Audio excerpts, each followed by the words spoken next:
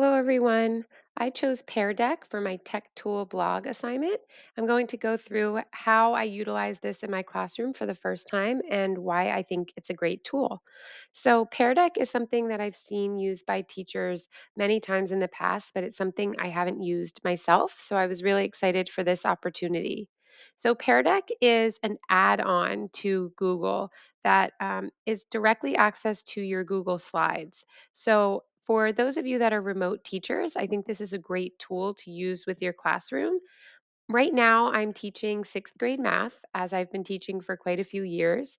And I also am working with remote students again this year. So half of my class is in the room and half of my class is at home. So I'm always looking for resources that can be used for both in person and at home learners. And this is one of those that I think is really beneficial. So, Pear Deck can be used with either a Google slide that you've already created, or you can start from scratch and create your own. I had one that I had already created from last year on multiplying and dividing decimals. This is something I used with my both in person and remote learners. And then I added the Pear Deck features to it. So, I'm going to show you how I did that. And then I'm going to show you my student view of it and the work that they completed just to give you an idea. So when I go into Google Slides, there's this add-on feature. When you click into add-ons and you download Pear Deck and you actually add it to your Google, it'll show up in your add-on list. So once you have it downloaded and you click on Pear Deck for Google Slides add-on and you open it up, a tab will open up on the right side and give you a bunch of different options. So you can go through each slide and make them interactive in whatever way that you choose.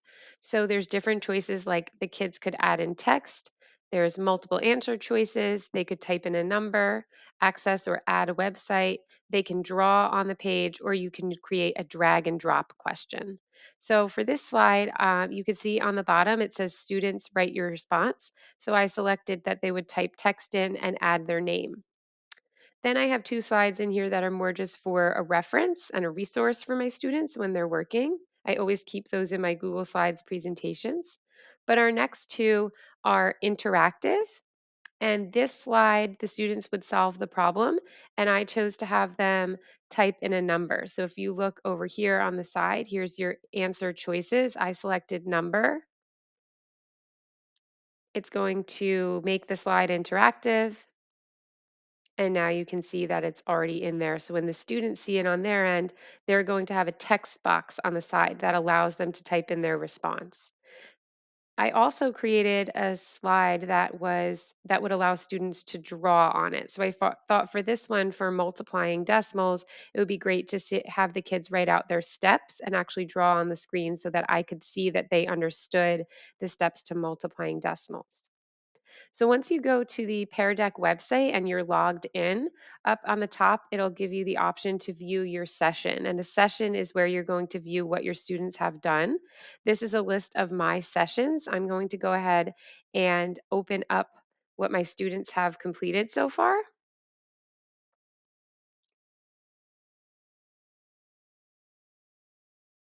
And this is going to give us a little bit of a preview of what my students have done on their end.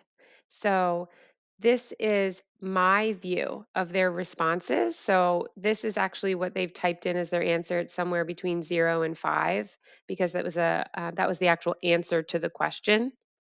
But if I go down here and I select this one where my students were able to write in, they had a choice of either typing in or handwriting in.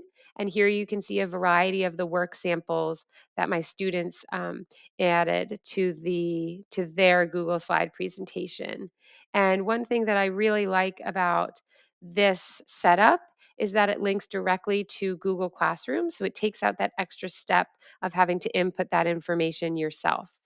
So, all in all, I found this to be a great resource. I love that it's a free tool that I can utilize in my classroom for a multitude of purposes. I teach both math and science, and I definitely can see that this resource would be beneficial in both of those classes. Thank you, and I hope you enjoyed this presentation.